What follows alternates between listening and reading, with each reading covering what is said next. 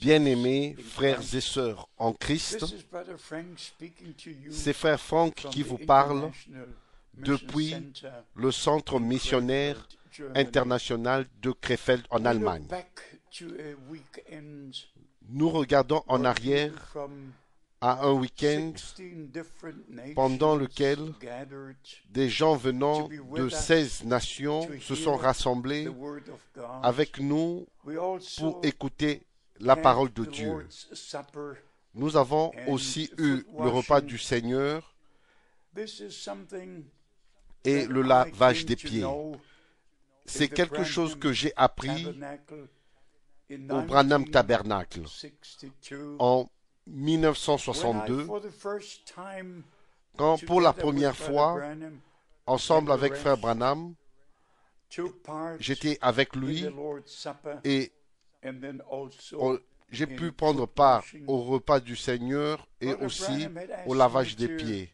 Frère Branham m'avait demandé de parler le matin et le soir, pendant les réunions du matin et du soir, d'une manière brièvement pour donner mon témoignage.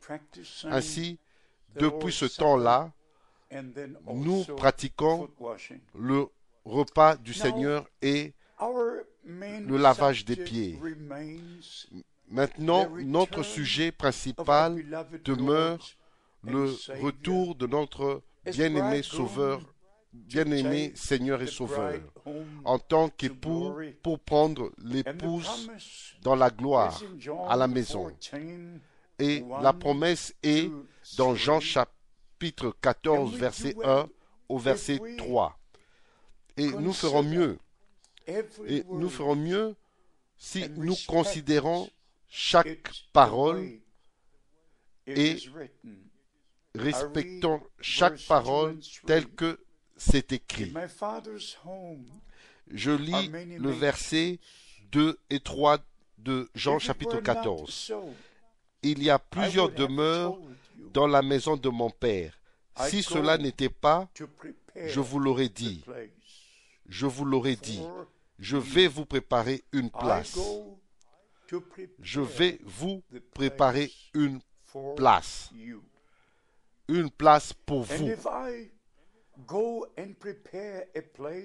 Et lorsque je m'en serai allé et que je vous aurai préparé une place, je reviendrai et je vous prendrai avec moi, afin que là où je suis, vous y soyez aussi. Ainsi, il n'y a aucune promesse où on lit que le Seigneur viendra ici sur la terre et rester avec nous ici sur la terre. Non, il est allé dans la gloire, dans la maison de mon Père. La maison de mon Père n'est pas sur la terre. Ces places-là ne sont nulle part sur la terre. Ces places sont dans la gloire. Et notre Seigneur est allé préparer ces places, cet endroit pour les siens. Et il a fait la promesse. Je reviendrai et je vous prendrai avec moi, afin que je vous prendrai avec moi, afin que là où je suis, vous y soyez aussi. Bien-aimés frères et sœurs, c'est tellement important de croire chaque parole telle qu'elle est écrite. Même Matthieu chapitre 25, où on lit que le cri retentit. Voici l'époux vient. Il n'est pas question du fils de Dieu, non plus de fils de l'homme, non plus fils de David, non plus fils d'Abraham. Voici l'époux vient. Il existe des différentes venues de notre Seigneur. Premièrement, il appelle son épouse en dehors de toutes les dénominations, de toutes les tribus, partout sur la terre, il l'appelle maintenant. Et nous croyons fermement la promesse que Dieu a donnée s'est accomplie. Voici, je vous enverrai Élie le prophète, avant que vienne le grand et terrible jour du Seigneur. Tout le monde peut lire ce qu'il en est du jour du Seigneur. Chers amis, je crois personnellement, de tout mon cœur, le témoignage de William Branham. Je crois qu'il était un vrai homme de Dieu, envoyé par Dieu. Le prophète qui était déjà promis venir avant que le jour du Seigneur arrive, pour ramener nos cœurs à Dieu, nous ramener à la parole, nous ramener aux enseignements originaux des apôtres. Et c'est ainsi que nous lisons au sujet de la restauration.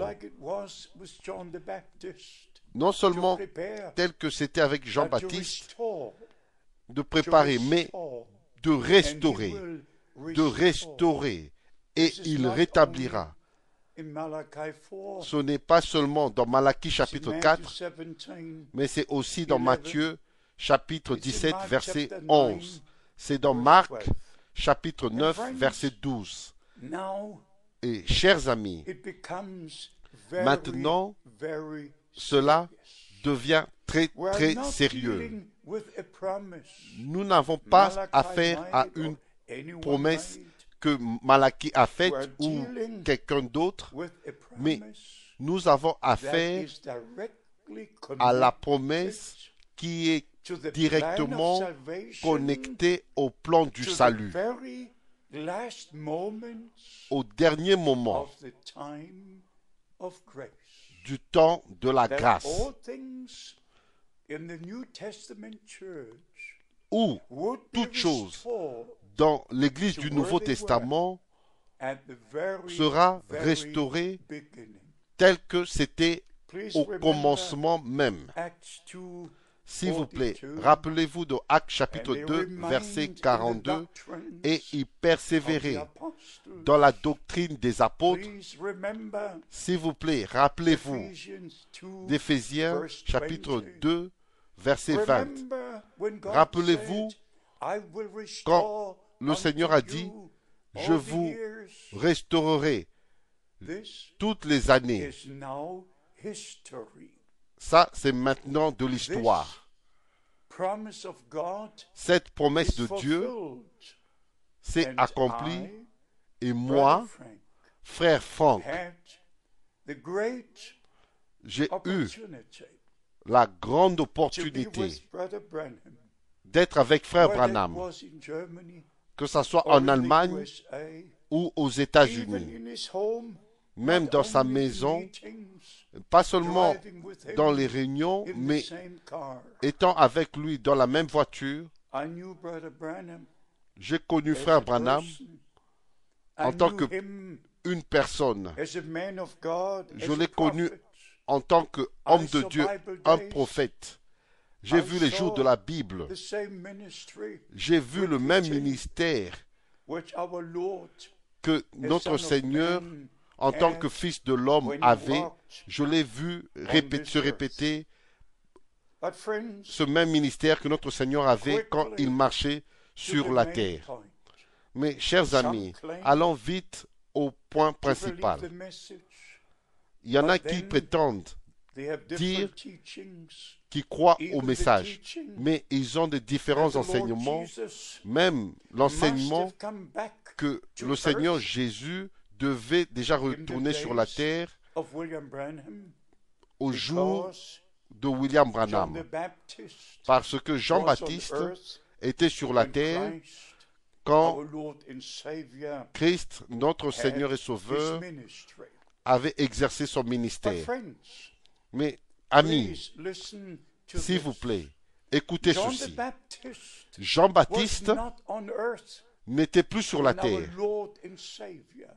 quand notre Seigneur et Sauveur mourut sur la croix du Calvaire.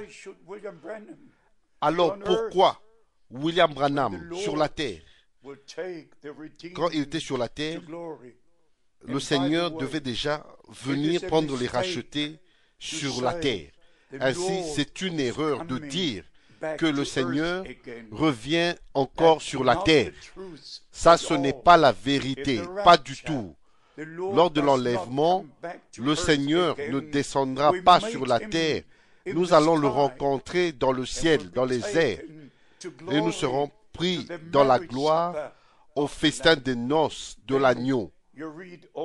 Et vous lisez les autres Écritures, quand le Fils de l'homme viendra, tout œil le verra. Ou quand le Seigneur Dieu viendra, il mettra ses pieds sur la montagne des Oliviers. Il y a des différentes venues et des différentes connexions au plan du salut. Nous nous attendons notre Seigneur en tant qu'époux. C'est ainsi que l'Écriture dit, son épouse s'est elle-même préparée. C'est ainsi que l'Écriture dit, l'Esprit et l'épouse, et non l'Église, l'Esprit et l'épouse. L'épouse est composée, constituée de ceux qui sont appelés à sortir, qui se préparent à rencontrer l'époux. C'est ainsi, cela n'arrivera pas quand les 7 anges de trompette vont sonner, mais quand vous lisez 1 Thessaloniciens chapitre 4, il est dit la trompette de Dieu sonnera. Oh, s'il vous plaît, mes bien-aimés frères et sœurs, relisez la parole de Dieu encore et encore et croyez-la telle qu'elle est écrite. Que la grâce de Dieu soit avec vous. Et j'espère que vous avez déjà reçu notre lettre circulaire d'octobre afin d'être informé de ce que Dieu est en train de faire partout sur la terre maintenant. Prenez part à ce que Dieu est en train de faire maintenant. Que les bénédictions du Dieu Tout-Puissant reposent sur vous tous dans le saint nom de Jésus-Christ. Amen.